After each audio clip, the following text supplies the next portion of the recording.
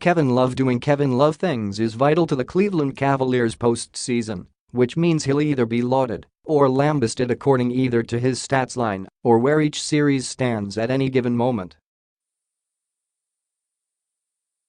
His standing with Cavaliers fans and no small number of media critics varies wildly.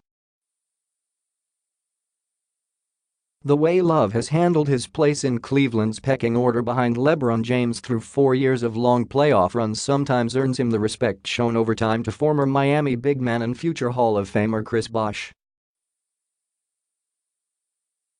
Then the calendar flips of time or two and you'd think Love was Fredo Corleone, Shaq.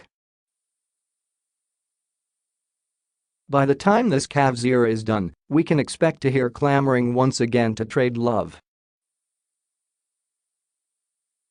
Along with the statue of him, they'll have erected outside of Quicken Loans Arena by then. That's how capricious this whole thing can be. It's the old quote from Hall of Fame pitcher Catfish Hunter, "The sun don't shine on the same dog's tail all the time," sped up and spun faster for the social media age. Love has endured the supporters and the skeptics long enough to have climbed into fourth place on Cleveland's all-time playoff scoring list, his 815 points surpassing Zydrunas Ilgauskas, 784, and Brad Daugherty, 782. But these are the history of now times in which we live, and the 6'10 power forward stretch four center, as circumstances dictate, has learned not to react to every slight or bit of praise.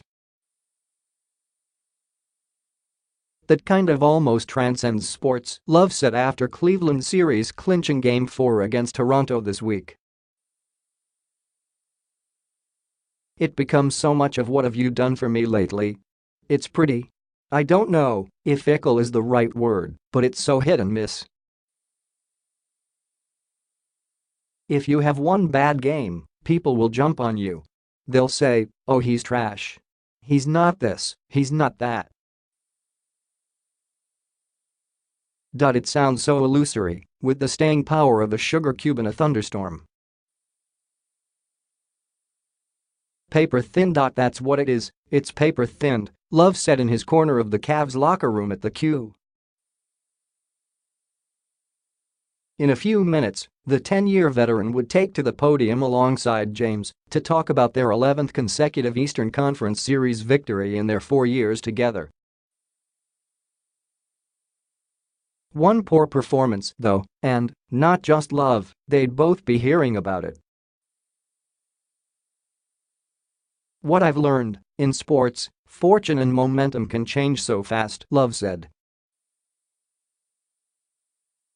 "I think you saw that, especially after Game 7 against Indiana, and then the fashion in which we won Game 1 against Toronto. We didn't take our first lead until overtime.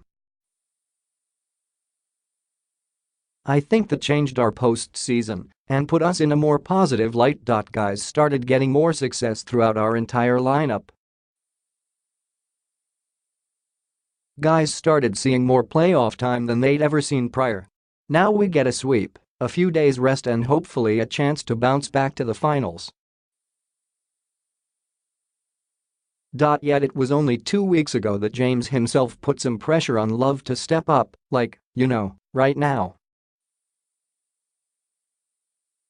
"He's a huge part of our success or our non-success," the Cleveland superstar said of Love after they got blown out in Game 6 of the first round in Indianapolis. That night, Love missed 7 of his 10 shots and finished with 7 points. James sounded frustrated, and, naturally, fans and media followed his lead. "We try to go to him, we want to go to him," James said. "We can't make the shots for him. He has to step up and knock those down." Love didn't flinch. In fact, he helped the Cavaliers advance with 14 points in Game 7, hitting half of his 8 three-point attempts. 48 hours later, he shot 3 of 13 in Game 1 against Toronto to again finish with 7 points.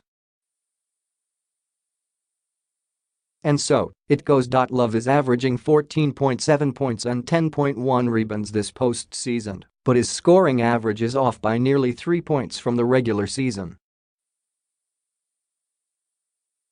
He's shooting 39.4% in these playoffs compared to 45.8 in 2017-18's first 82. The regular season wasn't without its hurdles for Love either. There was adapting to All-Star Kyrie Irving's requested trade and absence, with Love bumping up in theory to no. 2 after James. Then he was out from January 31 to March 19, February 1 to March 20, PHL time, with a broken left hand, and the team's roster was overhauled in his absence at the trade deadline. By the time he returned, only 4 Cavs remained: James, Love, J.R. Smith and Tristan Thompson, from the 2016 championship team. Everybody was adjusting to everybody in the season's final weeks. But Love knew by then not to take any of it, or folks' reactions, very personally. Recalling this stage of the playoffs, the East Finals in 2016, Love said, "I came out and had 2 really good games and 2 not-so-good games against Toronto." Everybody said, "Oh, the Cavaliers have a Kevin Love problem." And that's been pretty typical. "Okay, I just kept my mouth shut." And former Cavs reserve Channing Frye and I talked, and he was like, "Listen, when I was in the Western Conference Finals, I went 1 for 19. So, it was like, you think you're having a bad day." Frye, in fact, made only one of his first 21 shots for Phoenix in the first 3 games of the 2010 West Finals against the Lakers, including 18 misses in a row. But the former Suns forward center made 9 of 23-point attempts over the next 3 games and wasn't the reason the Lakers prevailed. After his chat with Frye, Love said, "We came out in games 5 and 6, got a win here, played great, then got a win in Toronto to close out the series. So, it just goes to show you, people will turn for both good and for bad. Both ways. That's just the way it is in sports. You just have to live hand by hand, but know what you're capable of. Because if not, you can go down a rabbit hole." Love's ongoing challenge this spring has been Cavs coach Tyronn Lue's use of him at center versus Love's preference for the power forward spot. The defensive matchups are tougher in the middle, his offensive mismatches trickier to create and exploit. But Lue likes loading up his starting lineup with shooters around James, and Love at the 5 allows for Kyle Korver and J.R. Smith both to start along with George Hill.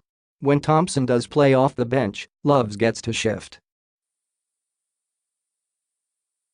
"He's making shots, he's playing with a real good pace," Lue said Monday.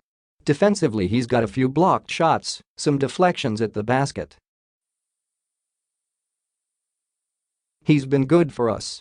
We've got to continue to keep going to him.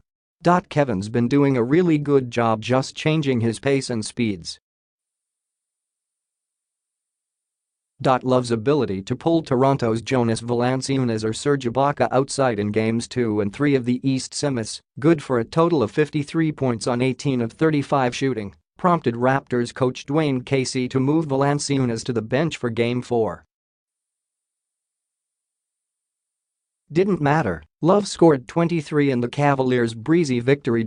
Casey called Love one of the more clever bigs in the league. "Always doing different things," the coach said. "He's efficient whether screen and rolling with LeBron or screen and rolling with George Hill. He knows how to get you into a switch when we're trying to avoid it. As much as we try to, it happens and we've got to be prepared for when it does, with a small switch on top of him." Love and Korver have developed chemistry in that area too, over their 16 months together. It's the sort of thing that might help against Boston in this round, given the Celtics' defensive capabilities and tactics. Which means Love, who averaged 22.6 points and 12.4 rebounds on 53.5% three-point shooting against Boston in last year's postseason, could be heaped with praise by series' end. Or just buried if the numbers don't add up for him and the Cavs. It's what he expected when taking on the Bosh role among LeBron's sidekicks. It's something that no longer rocks his world. Heck, it's a part of all of our world, a madly swinging pendulum. A strong core, a thick skin and a good shrug are the best defense. You see it every day, whether it's politics or sports or pop culture, Love said.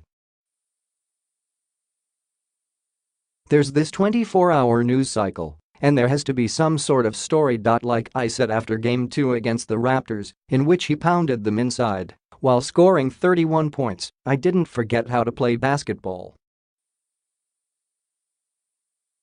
Sometimes it's a bad matchup. I was missing some uncharacteristic shots. But there were other things I was doing out there. It's not I just forgot how to play. That's just how it is sometimes.